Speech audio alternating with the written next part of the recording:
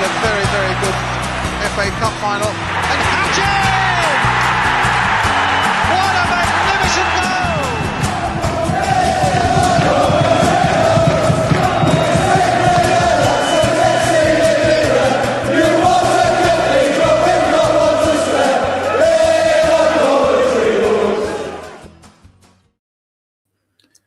Good evening, everyone, and welcome to tonight's live All Things Sky Blue YouTube/podcast show. I hope everyone has had a good day today. I know it's Mother's Day, so I wish all the mothers who are Coventry fans and beyond that have had a really nice Mother's Day. Before I bring our two guests tonight, I'm just going to get a bit of housekeeping out of the way. Our show is sponsored by Right Steel Fabrications for all your fabrication needs across Coventry and the Warwickshire area. We're partnered by the Sky Blue Tavern and Dear Dinners Brewery, and we've teamed up with the Sports Social Podcast Network. And lastly, we are sponsored by Sky and Friends Dog Walking and Pet Services. So tonight's show, we're talking about disappointing result yesterday against Southampton, and we'll also look back on the midweek victory against Preston. And we get a bit of time, we'll talk a bit about the Swansea game and sort of beyond that rest of the season chat as well. I've got two guests tonight. Joining Cameron is Jeff Conquest, who's been on the previous show about a couple of months back, I think now. Jeff, good evening, sir. How are we doing? Good evening, Mark. Yes, very well, thank you. Thanks for having me on the show. Good evening, everybody. Good evening. And I've got Cameron on as well. Cameron, how are we doing? Yeah, not too bad, mate. I hope you're both doing okay. And good evening, everybody. Yeah, good evening. Right, let's get into it. Let's start with yesterday's game. Let's get the painful bit out of the way. Obviously not the result we wanted, Jeff. In terms of team selection, there's a couple of changes that Frank announced ahead of the game. BTA got dropped to the bench with Josh Eccles coming to the side. And Haji Wright coming in, which probably wasn't much of a surprise for Freddie Sims. What was your thoughts on the team lineup from what you saw of it? Yeah, I mean, as you say, the result wasn't the result that we wanted. I mean, 7 wins in a row would have been just amazing, wouldn't it? I think I said to most of my friends before the game that I would have taken a point before kick-off from that game. They are a team in really good form at the moment, firing on all cylinders. We were lucky to get a point away, of course, with 10 men. You asked me about the team. Well, I think Frank Lampard obviously sees in the absence of Rodoni, I think he sees the Eccles-Wright combination as his first choice pairing in that sort of 9 and 10 role. Midweek, obviously, he had Sims and Asante. They did really, really well, but against a Preston team that were just on the beach, weren't they? I mean, there was nothing.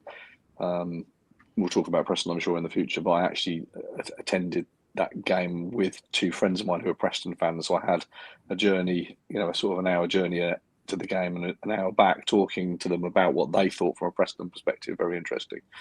Of course, the other change that Lampard had to make was in defence. I mean, during the week, he had to play Kitching and Wolfenden as a centre-half pairing. They kept a clean sheet. We won 3-0. I think good management says that you keep that pairing together. The only option he had really was to bring Latabodiere back instead of Kitching, maybe, because Latabodiere and Wolfenden as a partnership have done really, really well in that sort of run of wins. Excuse me. But yeah, it was the team that I expected he would start with. Maybe I'd have had Asante starting instead of Eccles, but I think whereas Asante brings energy and chasing people down, I think Eccles brings an element of control to the game, and so I can see why Eccles perhaps was preferred. And we did play well against Southampton. Statistics and what we saw, we should definitely have had a point out of that game, if not more. Yeah, no, I tend to agree. I think we're a little bit unlucky. I didn't think we played badly.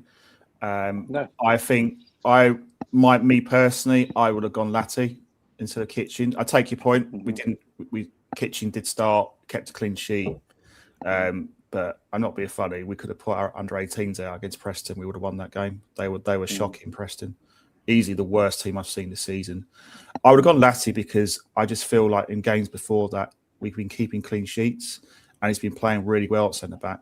So that would be me. But I get it. I get it from Frank's point of view. You know, why change it when we've won 3-0 the Wednesday before? But there you go. Cameron, what was your view on the team from yesterday? There were two surprises because I thought Thomas Asante would retain his place in the number 10 role rather than Eccles, and Kitching being retained in the starting 11. I didn't really have a problem with it. I think I got why he went with Eccles. Maybe he wanted a bit of control in the midfield, which we didn't end up having just because Southampton's midfield, I would say, were better on the day. But I got why he went for it. But then obviously later on, Brandon Thomas Asante, he came on. It gave us a bit more about us going forward. And it was looking good. Like I was still thinking until Southampton had got their second that okay, it's been a really frustrating afternoon, and their goalkeeper is having a game of his life, but we can still get something from this. And to their goalkeeper's credit, like I'm not going to knock our players on the performance, and the reason why is their goalkeeper was man of the match. I think that tells everything about our performance. The only thing that didn't go right was we just didn't put the ball in the net often enough, and Southampton did. Yeah, and I think the save from their keeper, from King Kitchen's head in particular, that first half was outstanding. That was a world-class save. I think if that was Carl Rushworth making that save, I think we'd all be waxing lyrical about it. It was an outstanding save, and I think it was a game for me where we didn't play badly, but I just think it was a game where they won the big moments. The big moments they won. That save, we don't react to the first goal. We've given their midfielder too much time and space to sort of put that cross-come shot in. Milan's fallen asleep and Flynn Downs has put it in. The defending for the second goal is pathetic. We don't react. Easy goal, and that psychologically knocks the stuffing out of you. I don't think it was a case of not trying or anything like that. I thought we played okay. We had chances. Had you right with the header in the second half. Had you right in the first half. To be fair, it was a good shot, a snapshot, just that went just wide of the post. We had a lot of nearly moments, Jeff. I mean, I think Lampard was quite critical of the finishing. I mean, what was your view on that? Do you think? I don't think he was particularly critical. He said that we had created some big chances. He said that we would usually take some of those chances. On this occasion, we didn't take any of them. And I think if you look at I quite like XG as a statistic, and our XG was over 2.5. We absolutely should have scored at least 2 goals in that game. Theirs was just under 2. So 2-2 may have been a fair result, but I think we could have won that game 3-2. They were limited to, I think they had 3 shots on target. We had 6. We had 20 shots. I think we played well. On a different day, we win that game. And if you look at the 2 games against Southampton, the away game, actually had Wolfenden and Latabodiere as a centre half pairing. We were down to 10 men, if I remember correctly, with Jay Da Silva that got sent off, and we just defended for our lives in that game. And that pair did really, really well. That's the only draw this season that I've come away. Well, perhaps the early one against Leicester, but that draw is the only one I can remember where I thought, wow, that draw feels like a win. I think a draw against Southampton on this occasion would have felt like a win as well. 2-0 down, Torp winning and converting his penalty. And then, my God, was it 95 minute? There was that ping pong moment. It's down the other end. It's down the other end for me because I'm in block 36. Yeah. I've watched it back since. How that ball didn't go into the net. We could have scored 3 goals in that period, let alone none. And I think we can consider ourselves really unlucky not to have come away with at least a point in that game. So I'm only going to give you positives tonight because I know I talk about what might happen this season and the future still with big ifs.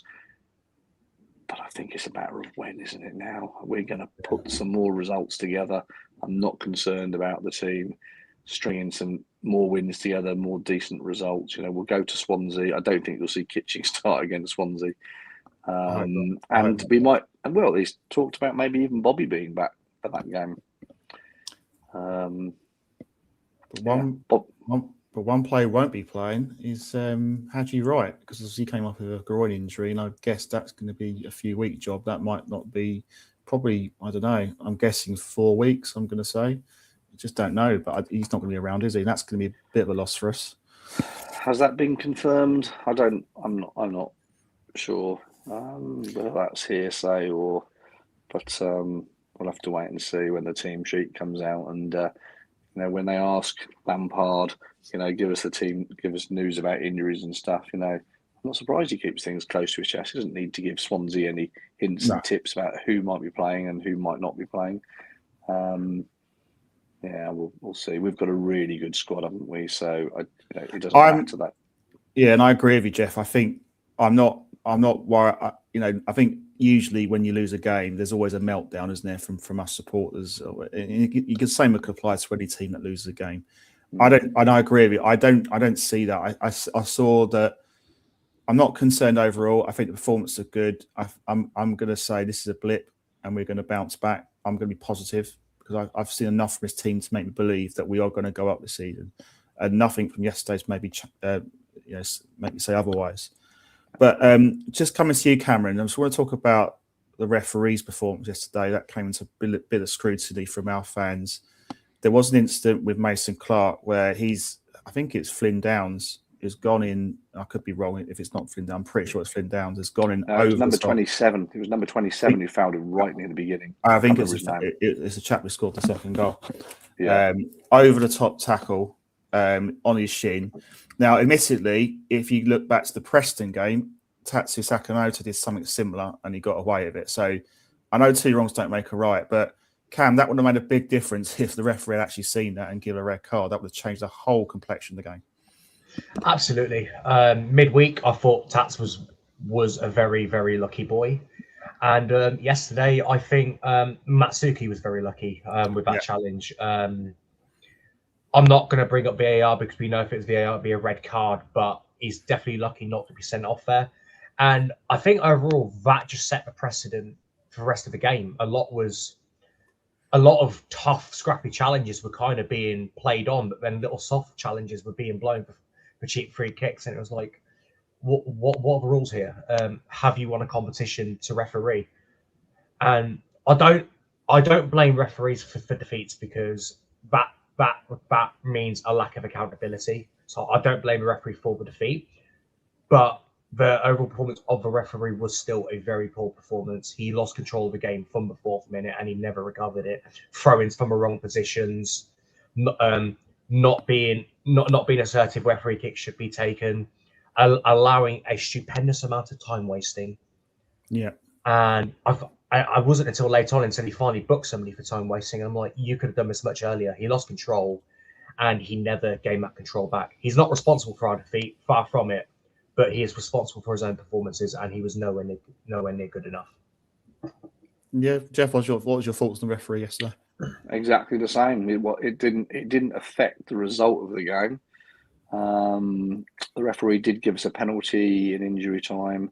At the time, from where I was sat, which is a long way from there, it looked a bit soft, but I've watched it back and Torp's foot was stood on, so that prevents him from reaching the ball and turning and crossing or whatever. So yeah, it's a penalty. So, and that last 5 or 6 minutes then after that was just a grandstand finish, wasn't it? I mean, Southampton must be really, really pleased with themselves for coming off there with 3 points because they know they were lucky. They were lucky to get all 3 points. Yeah, I was just so frustrated with that BTA miss right at the end. It was like, felt like to me when I saw it live, I thought he's got to score that. He's literally got the keeper to beat, and he just hits it straight at the goalkeeper. But when I saw the replay, I think he's lost his balance a little bit. I think he just snatched that a little bit, and I think that's why he didn't really make a clean connection, and that's why he went straight at the goalkeeper. But that was a moment. I just thought, he's got to score that. I was in the crowd. I was like, I can't believe he missed that. And I said a few expletives, obviously, but it's just a general frustration because if we'd have come away with a draw, you know what, I'd have been happy with that. I think a point, it really would have felt like a point game. They're a good side, Southampton. I think what they did yesterday is they stifled us in midfield. They didn't. If you looked at the first 20 minutes, okay, when we had possession, Southampton didn't really press us. Wolverhampton, for example, would have the ball quite often, and he was trying to get the Southampton strikers to draw, get them drawing out, try and press a bit. They didn't really do that at all. They kept their shape, and I think it was just a plan of just keep it really tight and just try and pick us off the break. And I think it's just a sort of game where them tight games, you just got to get that first goal is so important, isn't it? That first goal that goes in, I mean, lots of fans didn't even see it. They were coming back from queues and finishing off their beer at half time, and it was completely surprising that they went ahead. And from that moment onwards, we were striving for that equaliser, and it was very frustrating. The dark arts, the time wasting. It wasn't really clear, like Cameron said, whether the referee was going to be taking that into account because he wasn't booking people for it until much later in the game.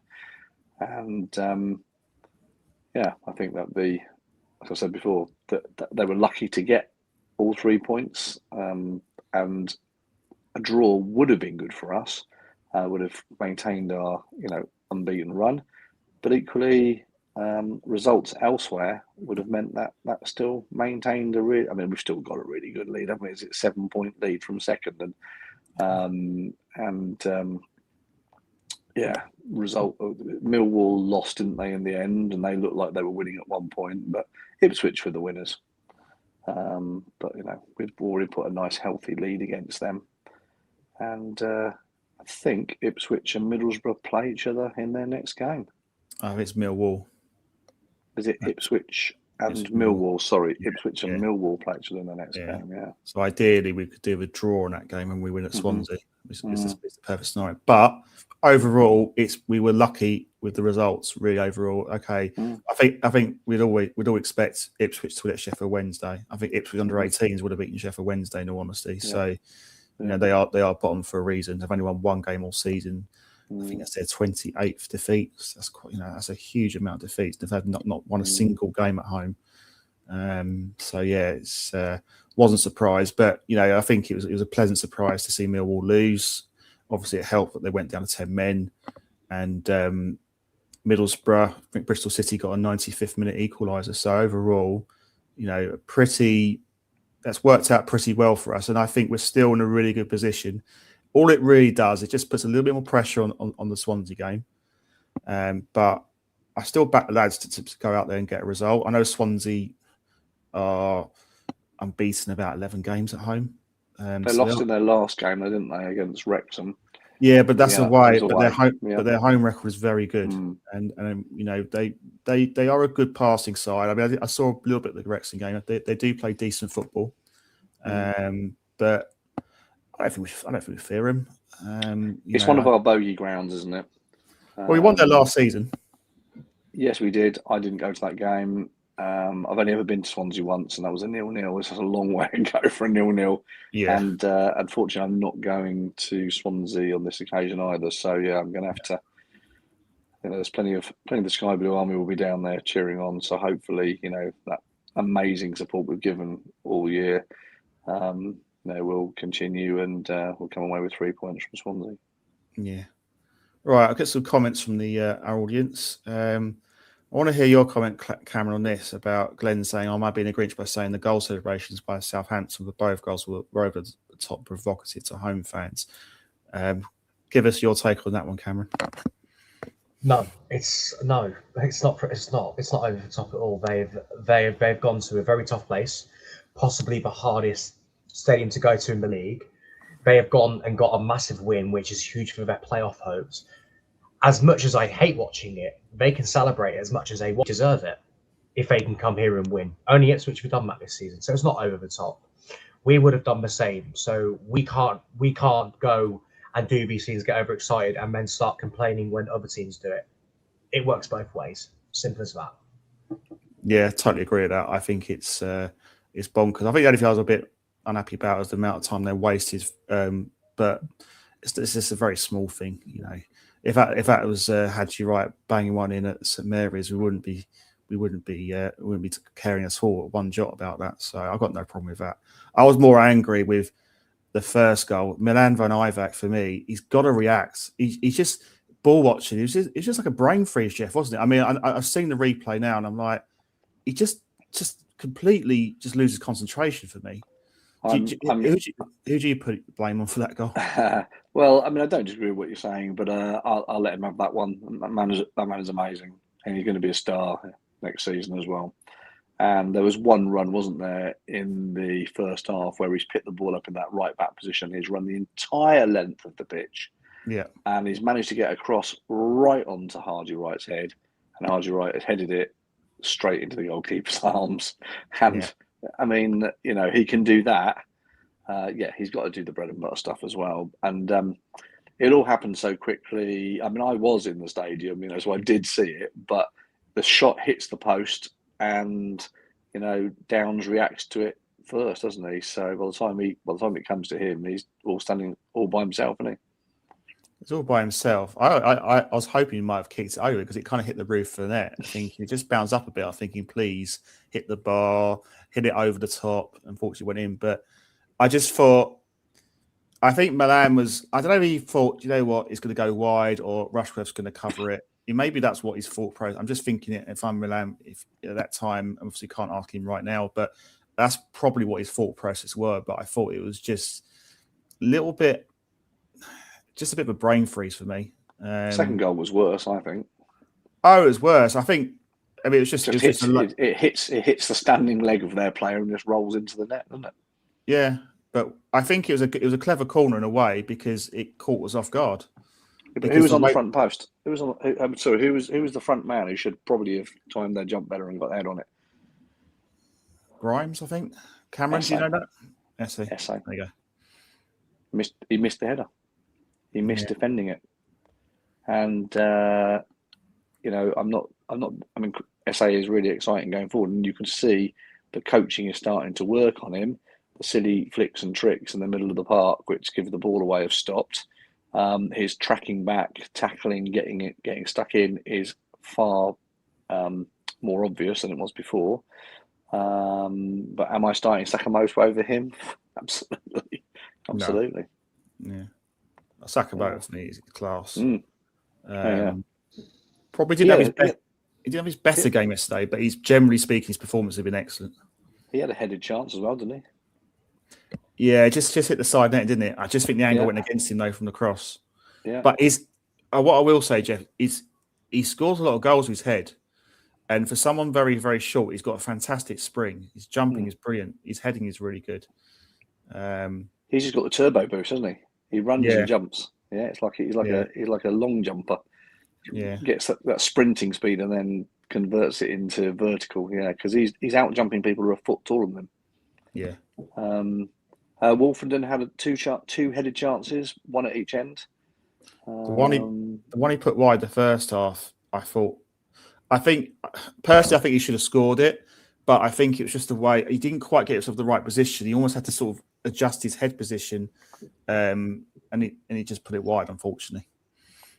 But the best header of the day was Kitch's header. I mean, I thought that was in. I was up out of my seat celebrating a goal before I had to sit back down again. But yeah, your question was about their celebrations, though, and I agree with Cameron. I mean, you know, celebrate your goals, and you know, if you happen to score it at an end where there's none of your fans, you celebrate it in front of, you know, the home fans. It's a bit galling, but I think what was in people's minds, I imagine in Glenn's mind when he made that comment, was the needle at the end of the away game. Yeah. At the end of the away game, we celebrated big time on the pitch. That draw with 10 men, fist pumps, and you know, Lampard got into a little bit of a fist pumping moment, I think, in front of at St Mary's, and then there was pushing and shoving. I think both teams got a fine, didn't they, from the EFL for their failing to control their players at the end of that game. So there was a bit of needle there. And so I suspect that was filtered into some of the celebrations. Yeah. Okay, so let's just bring up some more comments. Glenn felt that the killer was the second goal. Probably, I'd probably say that total fluke, just hit the Saints player, wasn't even looking at the ball. It's just standing foot, wasn't it? Yeah. That was the same player, remember, who had gone studs up on Cameron. You mentioned his name. Is it Matsuki? Masuki, yeah. Matsuki, I got. He's I the got same confused. player. He's the same player that went studs on EMC. Right. Did he also get booked for time wasting later on?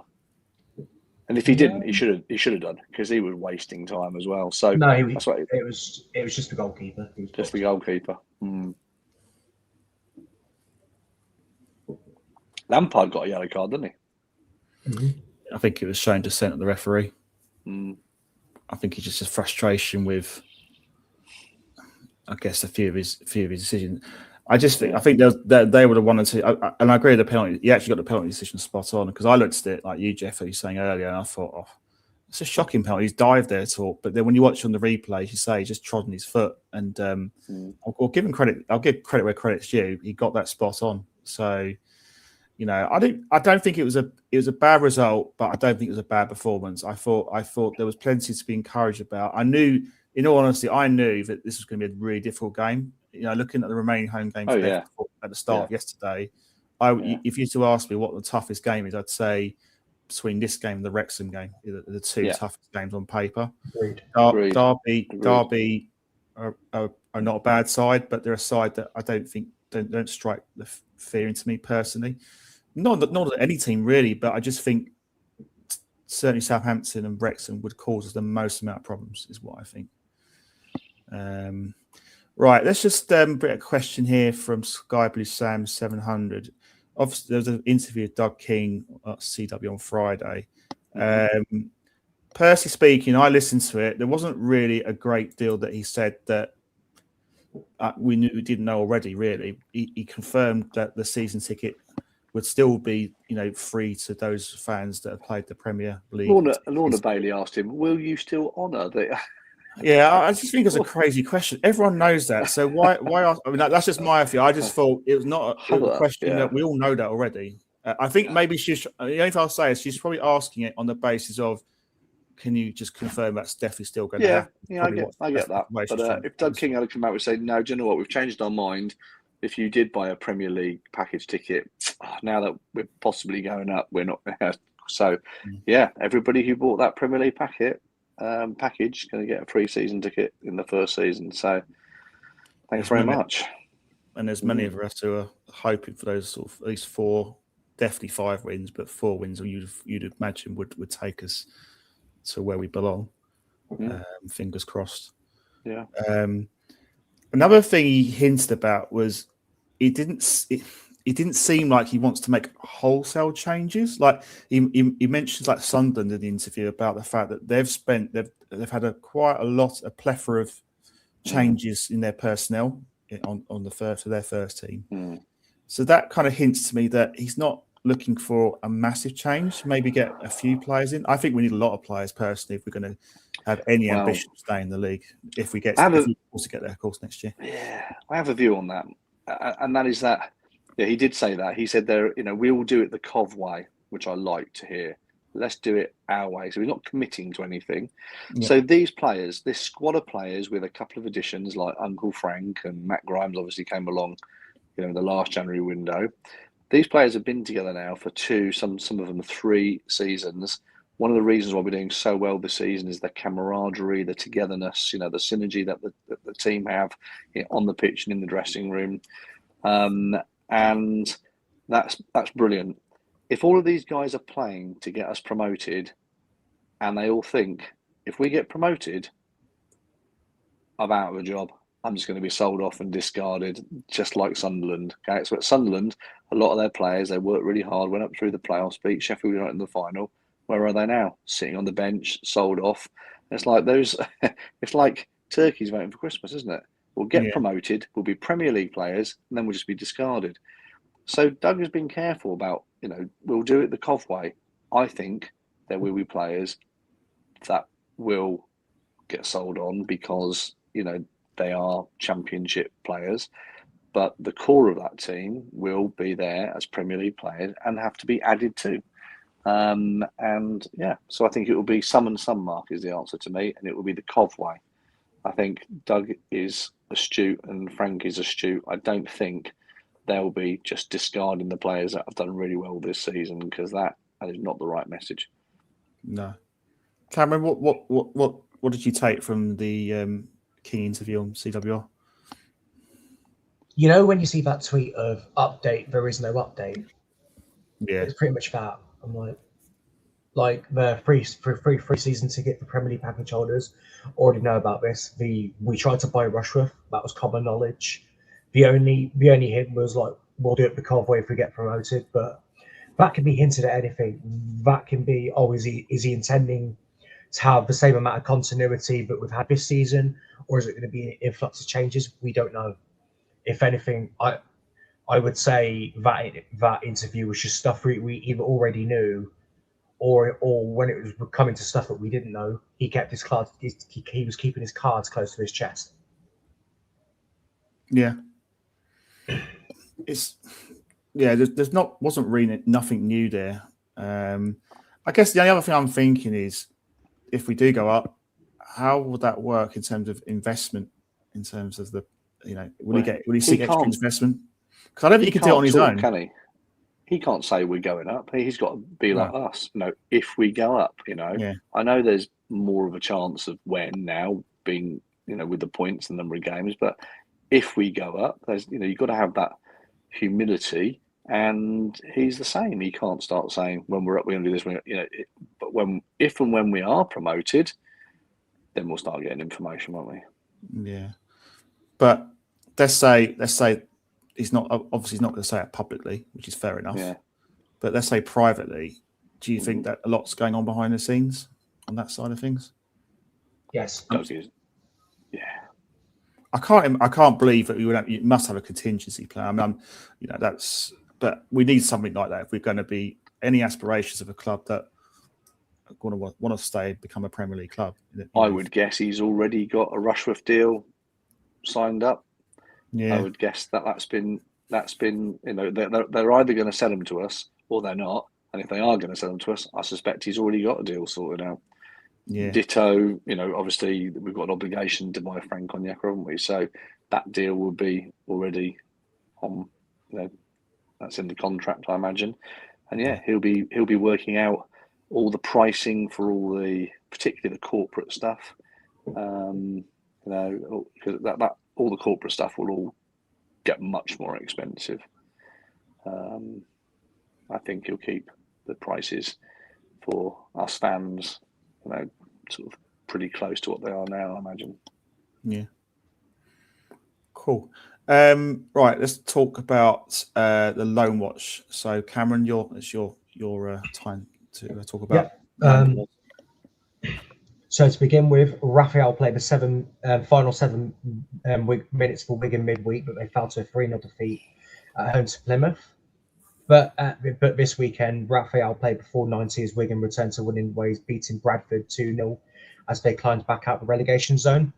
Aidan Dalsh is currently out with a little knock. Hopefully he'll be back soon. But in his absence, they lost 2-1 to Sutton United midweek and they beat Altrincham at the weekend. Greg Sanderford played the full 90 minutes midweek and at the weekend as they lost 2-0 to Worksop, but then they beat Radcliffe 1-0. Harvey Broad completed 67 minutes for Dagenham Redbridge midweek as they lost 2-1 to Maidstone, but at the weekend he completed 61 minutes as they drew 0-0 against Enfield. David Mantle is still recovering from injury, but in his absence this week, they had a 0-0 draw and they beat Eastbourne Borough, so they sit 6th. Josh Talawaju completed 72 minutes for Stratford midweek as they lost 2-0 to Hales Owen Town. However, he was a surprise absence yesterday as Stratford beat Leiston 2-0. Isaac Moore completed the full 90 for Solihull Moors this weekend, but they were beaten 5-1 by Wealdstone. Callum Perry completed the full 90 as his superb loan continues. Rochdale beat Eastleigh 3-1 to remain top of the National League. Riley Siddle played 71 minutes in Gloucester City's 1-0 defeat to Berkhamsted. Mackenzie Stretton played final 28 minutes in that same game. Kai Young completed the full 90 as Cheshire lost 2-1 to Torquay United. Kai Andrews played the final 15 minutes for Hibernian as they suffered a frustrating 0-0 draw against bottom side Livingston. Norman Bissett completed the final 19 minutes plus added time as Kaiserslautern returned to winning ways against Karlsruhe. Bissett assisted the third goal, which was scored by Mahir Hamrelli. That is Bissett in his last 4 games with 2 goals and 2 assists, so he is finding some good form in Germany. And finally, Bradley Collins completed the full 90 for Burton Albion as they pull further away from relegation with an important 2-0 win against Northampton Town. Collins was man of the match and is my lone watch star of the week. Excellent stuff. Thank you very much, Cameron, for that. Right, I've got a couple more comments here from our audience from Michael Gascoigne 7612. Southampton did to us what we did to Borough, but without our flair. Do you agree with that? Yeah, I tend to agree with that, Michael. I thought they were very good defensively. Difficult to break down. But yeah, they didn't have the quality that we had in the Borough game. But I thought they're a decent side. I could see why they're challenging for the playoffs. They do look a better side under Tonda Eckhart. What was your view? Would you agree with that statement, Jeff, in terms of what Michael said there? Yeah, I would do. I think Middlesbrough just knocked the ball around. They created some chances, but we do have really good players by comparison to Southampton, I think, and so I would say that's exactly right. We did to them. Southampton did to us what we did to Borough, but yeah, we did it with a bit more flair. Correct. Yeah. I have to say I would rather Southampton made the playoffs than Wrexham, though. Yeah.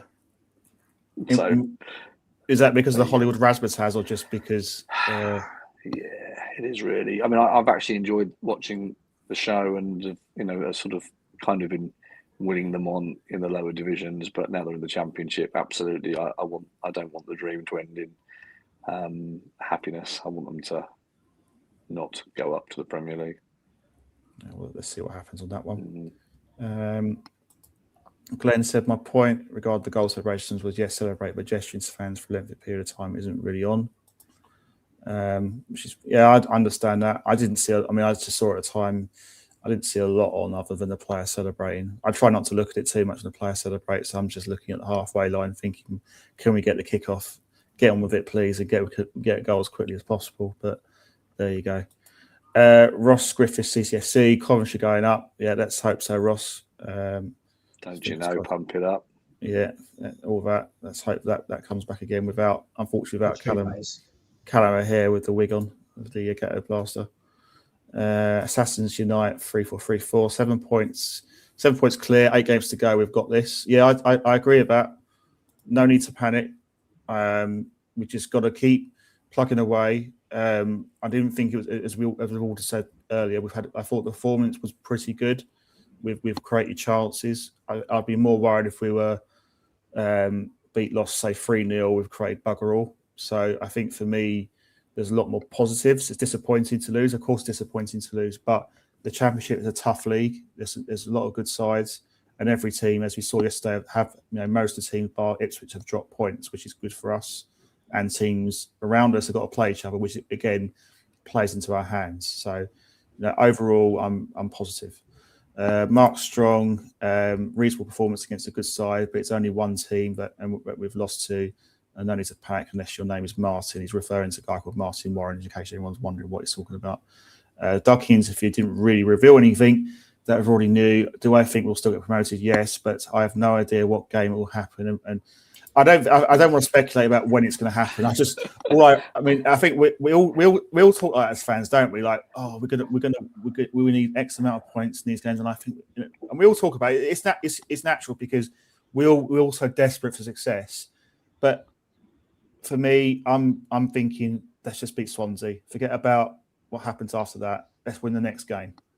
Is that how you think, Jeff, was a fan of Cameron? Well, I have some personal reasons for. I mean, unless it's going to sound awful, but first of all, there's getting promotion, which is what we all want. Winning the title is another thing which would just be amazing, of course. And I'd quite like to be there when we do both of those things. But because I'm travelling away, I'm going to miss the next 4 games. And if we do win promotion in the next 4 games, I won't be there, and I would be quite gutted by that.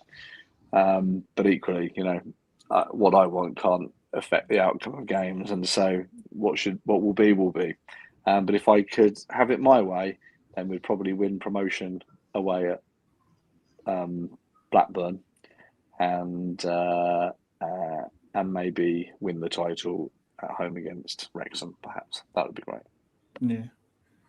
Cam, what's your? I mean, are you one of those fans that are looking at the next 8 games, thinking, well, how many points we get from each one, or do you think let's just beat Swansea and just everything take care of itself? Yeah, one game at a time. A lot can change. A football season is like a stock market. It's so volatile. You expect one thing to happen, it just goes down. You expect the opposite to happen, it goes back up. It's so volatile. You can't just look well ahead.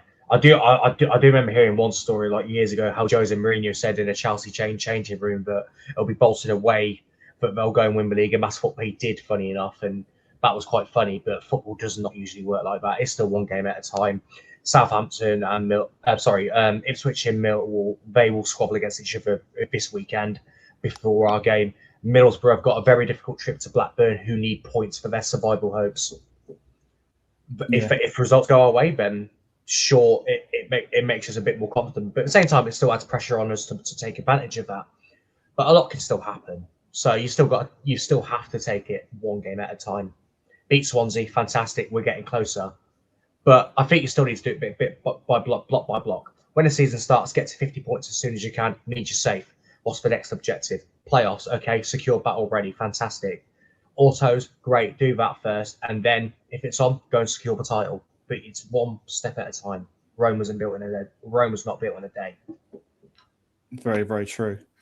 I think also it's psychologically, if you beat Swansea 80 points, and if you get to 80 points, like you're only a very, very small number of wins away, maybe even 2 wins away. I'm going to say 3 wins personally, but I think that's the big thing, Jeff, isn't it? That's the carrot of beating Swansea is psychologically getting to 80 points for me. Yeah, I mean, I was hoping to get to 80 points this weekend. It wasn't to be. I agree with Cameron. We can't affect the outcome of games, and so the players' mentality, that's important. Their mentality has got to be next game only, next game only, next game only. For us, we want to dream, we want to put the emotion into it. At the moment, 93 points guarantees promotion. I think that's been calculated because Ipswich and Middlesbrough play each other, and they can't both get to 93 points. So 93 points is the line. So that is still 16 points away. We won't need to get to 93 points to get promotion. I don't think we're even going to need to get to 90 points, but I would predict that we will get to 90 points this season. Yeah. And I think we'll get to 90 points, and I think we'll get pretty close to 90 goals as well. I think we've got, was it 77 or was it 80? 78. 78. 77 points, 78 goals. Yeah. Well, let's talk a bit more cheery subjects about Wednesday's game against Preston. That was a very, very good win, 3-0. Just a quick, obviously it was a very easy win, probably the easiest win we're going to get all season. Any players stood out for you from that game, Jeff, on that game? Yeah, was just a good team effort? Yeah, it was a good team effort. Who stood out? Gosh, I can barely remember what happened in that game now. You'll have to come back to me, I think. Let me think about that. Yeah. Cam, what was your thoughts on that game, and who stood out for you? So, man, everybody. I think everybody was fantastic, from the goalkeeper, from the defence to the midfield to the attack. Everybody did their job really well. Preston, the worst team who've come to the CBS this season by distance, and that includes the QPR side that we beat 7-1, because even though we beat them 7-1, at least there was a degree of fight, because they still worked to get that late consolation in that game where Preston, they never looked like scoring once. I was never concerned whatsoever. I was so relaxed about that game. 3-0. It was 3-0. It could have been 4, 5, 6, 7 if we really wanted it to. But after the third goal, we just coasted along because we didn't need to use that much energy. It was already done and dusted. We could bring on Marcelo, who's obviously he's not played a lot as he's getting fitter and he's getting up to speed with the English game. But it was good to see him again. He created a couple of decent chances, and we were in that position because the game was wrapped up by the 50th minute. So Yeah, definitely the most comfortable performance of the season.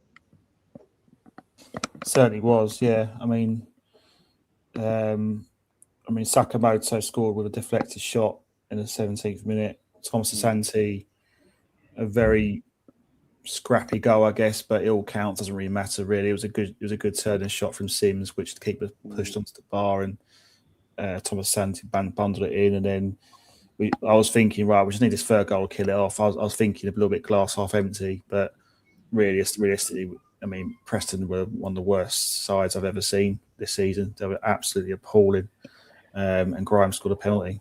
I was just surprised, Jeff, how poor Preston were. It's almost like they just couldn't be bothered, really. I mean, just going back to your question before about the, who stood out, I think probably Cameron covered that in the sense that because I couldn't think of anyone in particular because it was a really good team performance. Marcelo coming on having a little cameo was quite interesting to see. Grimes stepping up and taking the penalty. When we won the penalty, I was thinking, well, who's gonna take this? So fair play to him putting that away nicely. I've watched because I've got a good mate who's a Preston fan. I've been home and away to watch Preston so many times, and I'm almost always the one that's crying on the way home because we just obviously away from home we've never won at Deepdale, and we do so poorly against them.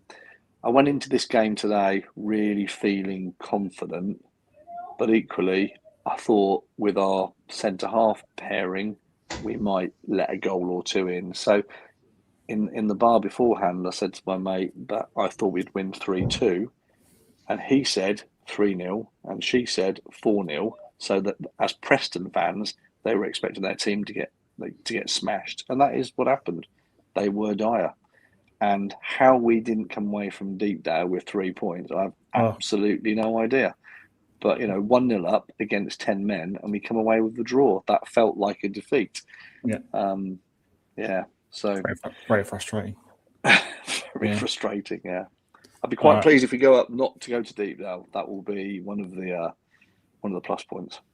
Yeah, we'll get them in the FA Cup. Don't worry about that. Or the League Cup. Yeah. Right. Mark Strong's come back and said that the team that got promoted with the fewest points was West Brom in the 2006-7 season, 81 points. Wow. He is half correct and he's half wrong. Go on, Cam. The team and the points total is correct, but the season is wrong. It's 2002, it was 2007, 2008. But other than that, spot on. Well, that's almost spot on. So yeah, thank you, Cameron.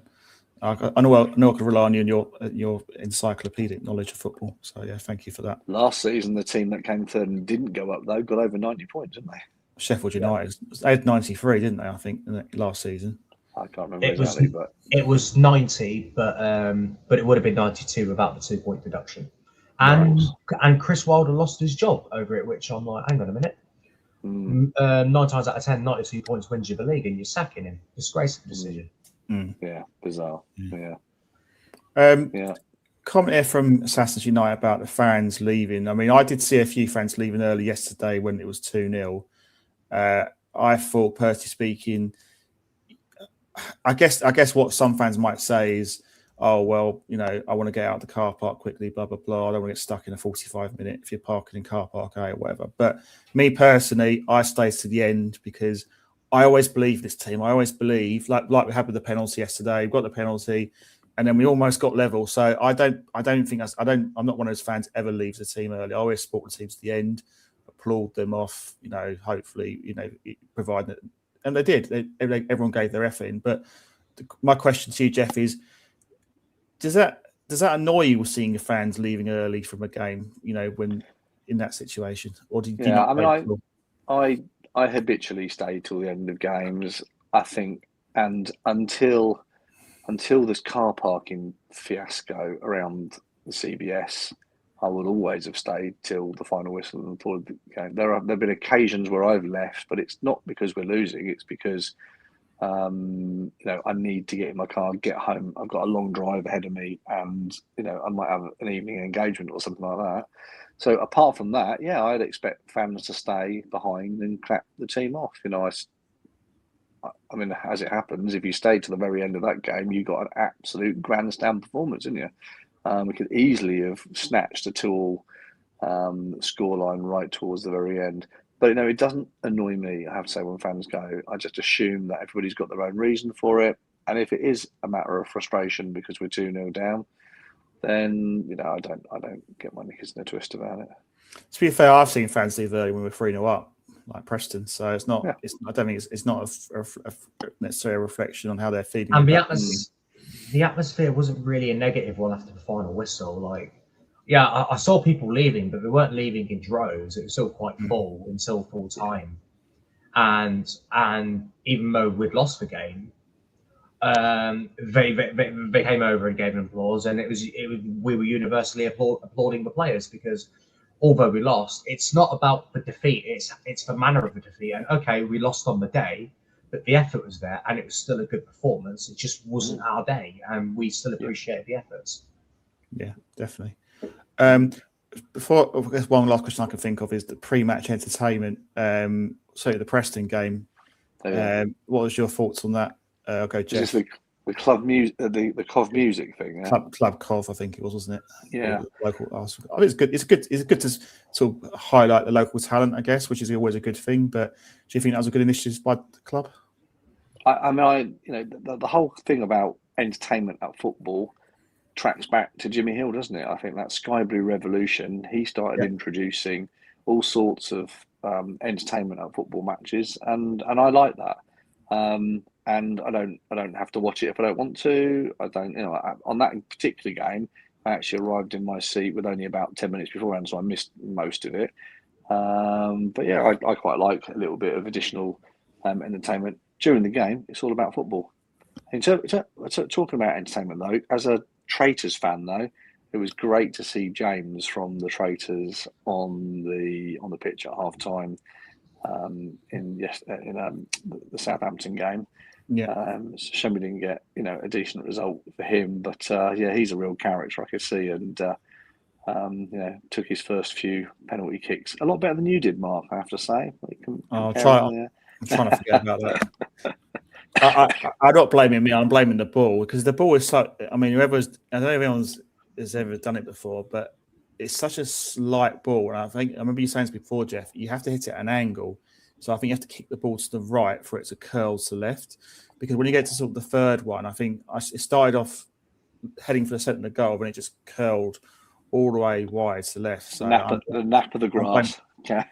It's not so that the grass, it's the ball. So I'm blaming the ball. I'm not blaming the person who kicked the ball at all. Cam, I think the entertainment I think for me, having the enemy on, obviously, early in the season, Sheffield United game was absolutely brilliant. I was a bit of the opinion of they've done brilliant things to the club. It's great for them as a band. I'd rather have it in the season when we go up. That's just my personal view. But equally, I could see the other side where it does put Cov on the map a bit as a football club. I mean, what do you think generally of the entertainment that the club are offering? Are you quite happy with it? Yeah, absolutely. Against Sheffield United, we saw the enemy perform. Against Preston, you had Punjabi FC, MC, and other sorts of entertainment. When Coventry aren't playing, for those who don't know, I attend a lot of non-league games. I find a good comfort in that, and the events they often do is a 50-50 raffle, and they'll do other events, and it's very engaging. And it's just entertaining fans in the idea that they could potentially win something, and other sorts of entertainment. And I think entertainment is also important as a football because before kickoff, you're either talking with your friends before kickoff for a long period of time, or if you're not really talking to anyone, you're quite bored just waiting for the game to start. So a bit of entertainment, it really just doesn't go amiss. So yeah, it's definitely something I encourage. Yeah. Down at Bristol City, they had a game at half time. I think I've seen it before down there, where they got two giant apples. Obviously, they're cider drinkers, aren't they? And two guys have to race. It's a bit like that old show, It's a Knockout. And they're having to race with these giant inflatable apples up and down the pitch in some kind of race to win something. And that again, that those kind of things are quite funny to watch. Yeah. Cool. Right. Anything else you want to bring up before we wrap up tonight's show? Take 3 points. 3 points. Next Saturday, please. Yeah. I've back to winning ways against Swansea. Let's do it. So what we're predicting in Swansea is my last question tonight. Right now, gut feeling. Obviously, don't know much about who's going to play or whatever, but you still feeling optimistic. I am personally. I think we're going to win 3-1. There you go. That's me being optimistic. I'm gonna go 2-1 Coventry. I think Shandapotnik will open the scoring for Swansea, and then I think we'll come back and win the game 2-1 with Thomas Asante getting a brace. Yeah. Final word, Jeff. Okay, I'm going to go 2-0 away. I think there'll be changes to the starting defensive arrangement, and I hope the thing is smoke and mirrors about Hardy Wright. I hope he starts, but if not, yeah, I'll back Asante to get a goal or two. Yeah, I think he's got. Did he not score from the halfway line? I think in the game at Swansea last year, he scored from distance. I think, didn't he? Thomas Asante did, yes. Yeah. I hope I'm saying that because I'm hoping that something like that will happen. So I'm going to be optimistic. I'd like to see Wolf, Thomas, and Latty come back. I think they're our best defensive pairing in my opinion right now. But we'll see what happens. I think it will be, if Bobby Thomas can get back, it'll be Bobby Thomas and Matabodio start that game. Yeah. Fingers crossed. Well, I think we're positive, so we'll end it there for now. So, Jeff, Cameron, thank you for being great guests, and thank you for your time tonight. Hope everyone's enjoyed the show. Please like and subscribe to the All Things Sky Blue channel on our YouTube channel, and obviously you can listen to us through X, of course, or Facebook, TikTok, Instagram, etc., and also all your podcast channels wherever you get them from. So our show is sponsored by Right Steel Fabrication for all your fabrication needs across Coventry and Warwickshire area. We're partnered with Sky Blue Tavern and Dylan's Brewery, and we're teamed up with the Sports Social Podcast Network, and lastly sponsored by Sky and Friends Dog Walking Pet Services. Just to give you sort of a heads up on this week, we should be having a Swansea City preview show on Wednesday, and then this time next week we'll be talking about hopefully a win against Swansea. So stay tuned for that. Thank you everyone for listening. Play up Sky Blues, and we'll speak to you very soon. Good night.